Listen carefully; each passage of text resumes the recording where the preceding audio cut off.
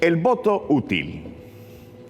Los partidos políticos que participan en las elecciones municipales de este 6 de noviembre, fecha que está a la vuelta de la esquina, son un todo en una misma boleta electoral en la que nosotros, los nicaragüenses, vamos a decidir el futuro de esta Nicaragua, que no es de nadie en lo particular, sino que nos pertenece a todos.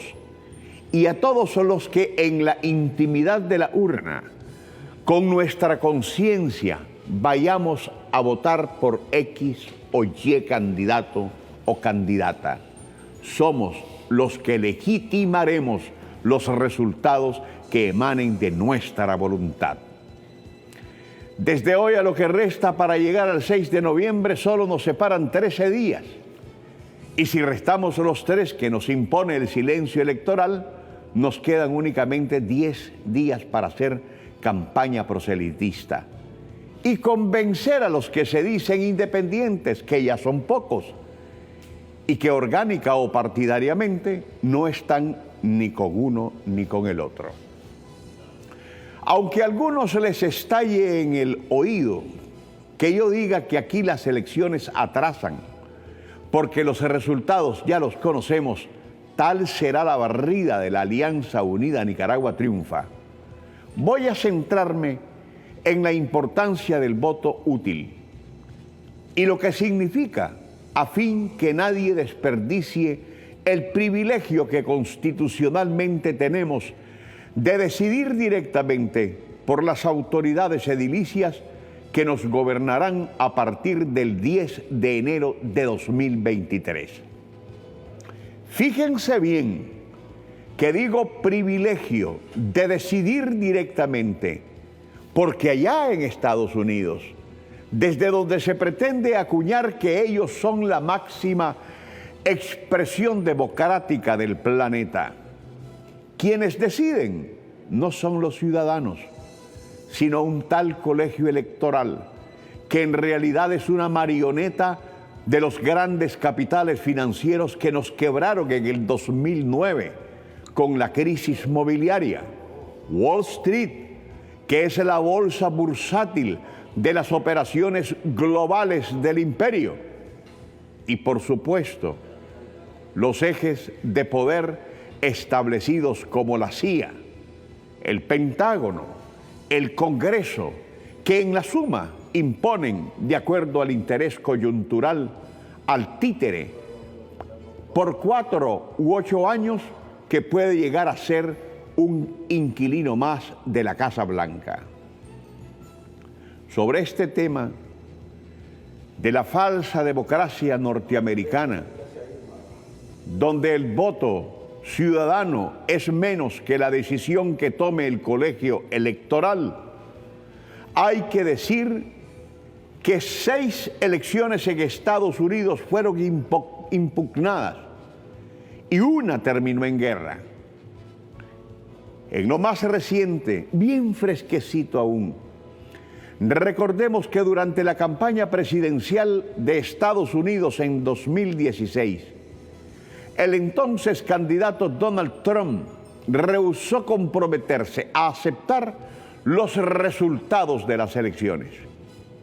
Igualmente en 2020, sus continuos ataques contra la fiabilidad y legitimidad del voto por correo allanaron el terreno para cuestionar una derrota por fraude electoral y así se convirtió en el primer presidente en no acatar resultados que fueron contados una y otra vez para que al final decidiera irse sin entregar formalmente la presidencia, dejando al viejito senil que Joe Biden, el supuesto vencedor, se entregara a sí mismo el poder.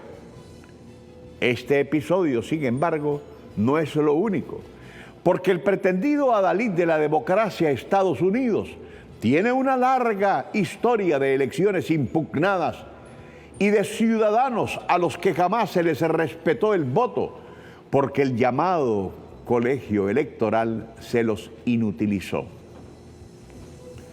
En 1824, Andrew Jackson ganó la votación popular contra John Quincy Adams y otros dos candidatos, pero no obtuvo la mayoría necesaria del colegio electoral.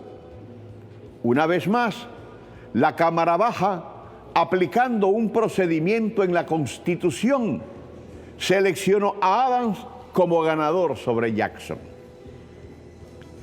La elección de 1876 entre Rutherford B. Hayes y Samuel Tilden fue impugnada porque varios de los estados del sur no pudieron certificar claramente un ganador. Esto se resolvió a través de negociaciones interpartidistas conducidas por una comisión electoral establecida por el Congreso. Mientras Hayes llegó a la presidencia, se le hicieron concesiones a los estados del sur que efectivamente pusieron fin al periodo de reconstrucción. La contienda electoral entre el demócrata John F. Kennedy y el republicano Richard Nixon en 1960 estuvo plagada de denuncias de fraude y los simpatizantes de Nixon presionaron agresivamente para que muchos estados hicieran recuentos. Al final, Nixon aceptó la decisión a regañadientes en lugar de arrastrar al país a un malestar civil durante las intensas tensiones de la Guerra Fría entre Estados Unidos y la Unión Soviética. En el año 2000, qué fresquito, el candidato republicano George W. Bush y el demócrata Al Gore se vieron envueltos en una disputa a través de votaciones en Florida. La Corte Suprema puso fin a un recuento del que necesariamente caló tan inmensamente que no solamente quedó estático, sino que además se repitió el problema cuando simplemente la votación con Donald Trump y Joe Biden, el primero republicano y el otro demócrata, también resultó finalmente en un recuento donde de narices se decidió la votación en los Estados Unidos.